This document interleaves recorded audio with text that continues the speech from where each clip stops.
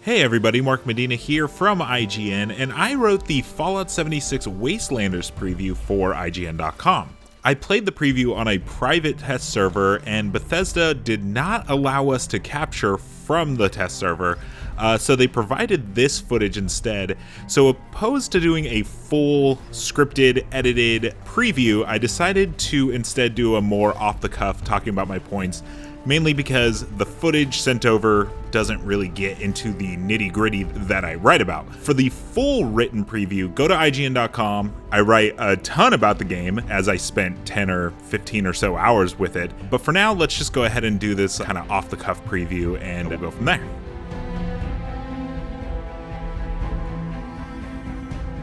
So everybody knows that Fallout 76 has kind of been in a rough spot for quite a while now. People don't really find the quest super interesting. The game's fairly buggy still, even after years of it being around. But they're hoping to change that, it seems, with Fallout 76 Wastelanders. So when I logged in, the first thing I noticed was that the world was more populated with people. You can start with a brand new character, or you can just head on over to Vault 76 with your high level character.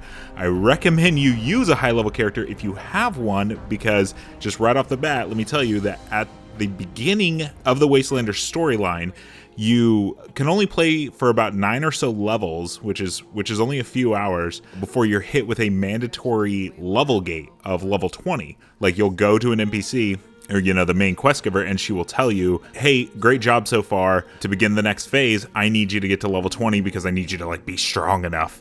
And so the game just kind of throws you back into vanilla Fallout 76, and you have to level up that way.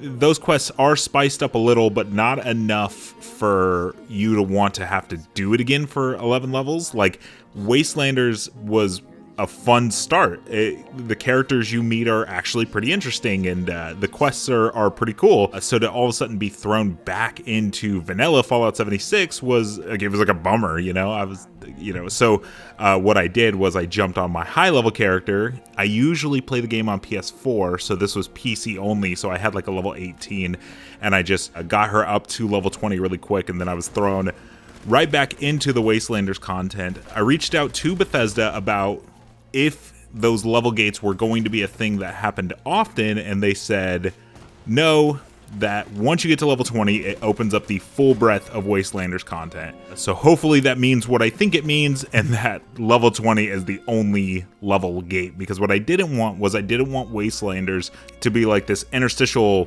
here's a little bit of story here and there, now go do the vanilla Fallout 76 quests. I wanted to just do Wastelanders stuff. And for a lot of people, you're going to be able to, because you're going to already be level 50, level 100, level 400, 500. So none of those gates will be there, because the main quest is surely completed by then. The Wastelanders story itself is simplistic, but it's still interesting enough. You immediately go to a bar and you meet Duchess, who tells you that she's there to kind of rebuild. That's where she's from. It seems like the Wastelanders are flocking to Appalachia because it's safer than where they've been. And so basically the big threat here is the Scorched, and you're trying to warn everybody. Your job is to save people from the Scorched and warn people about this huge Scorched threat. Talking to people is pretty cool. It's not like in Fallout 4, where it was kind of a back and forth conversations. This is more like Fallout 3 and Fallout New Vegas, where it actually does the classic Bethesda, when you talk to somebody, it does a slow zoom and kind of blurs the background, and then they talk, and it actually has a dynamic camera where the camera moves between the two people talking, and you get to then select options. You can respond to different things. Another reason to have a high level character from the start is almost immediately you're met with strength checks and intelligence checks and stuff like that, and you're not going to have any of those points because you're level 4. So it helps to already be high level and be able to do those things. And so when somebody says, hey, go do this thing, and then you use a strength to be like, okay, I'll do it, but I want more money, then you'll actually get the money. So that's That's actually really cool. And there are dynamic conversations to a certain extent. Like you can, I did play through the beginning Wastelanders stuff twice, and I was able to go about it two different ways. It's one of those things where they both led to the same destination for the most part, but the journey was kind of different. After you get past the initial Wastelanders storyline and you get hit with that level 20 gate, that's when, in my opinion, all the other stuff seems more like an intro, and this is now like when the game actually starts, and you're met with two factions, the Raiders and the Settlers, who are both like thematically really, really cool.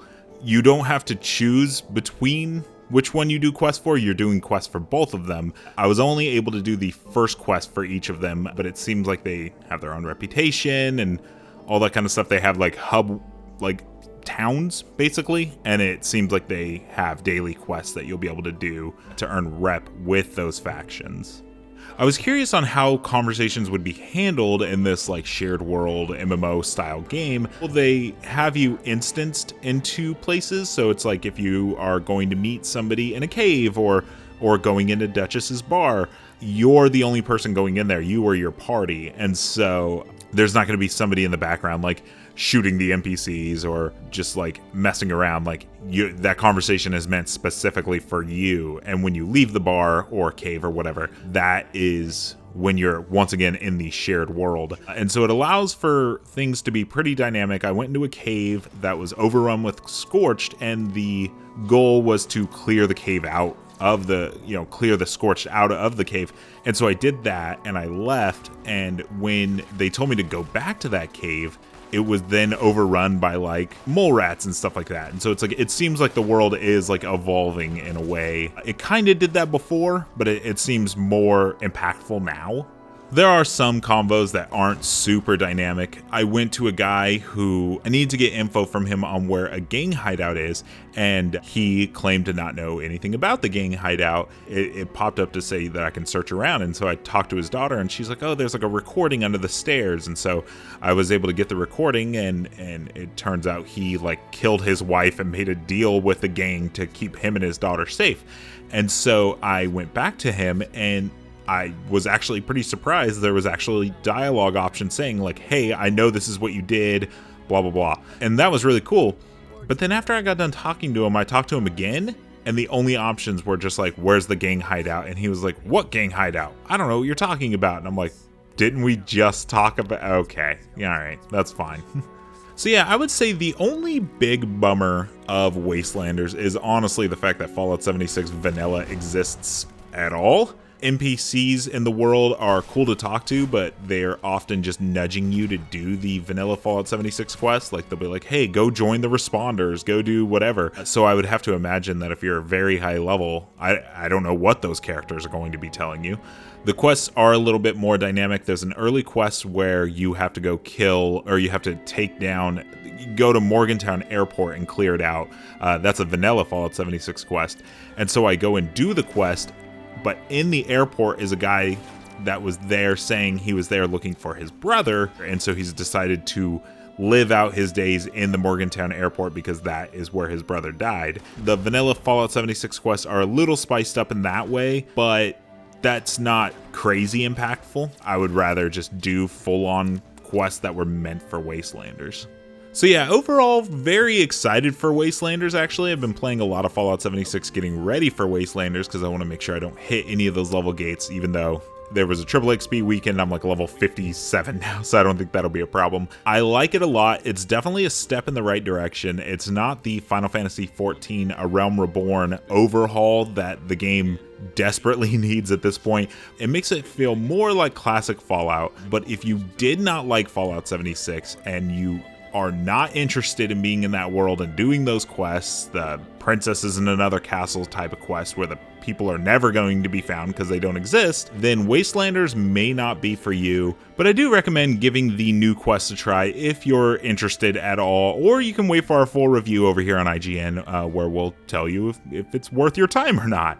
To read my full written preview, head on over to IGN.com, and for everything else Fallout 76, make sure to keep it here on IGN. Bye, everyone!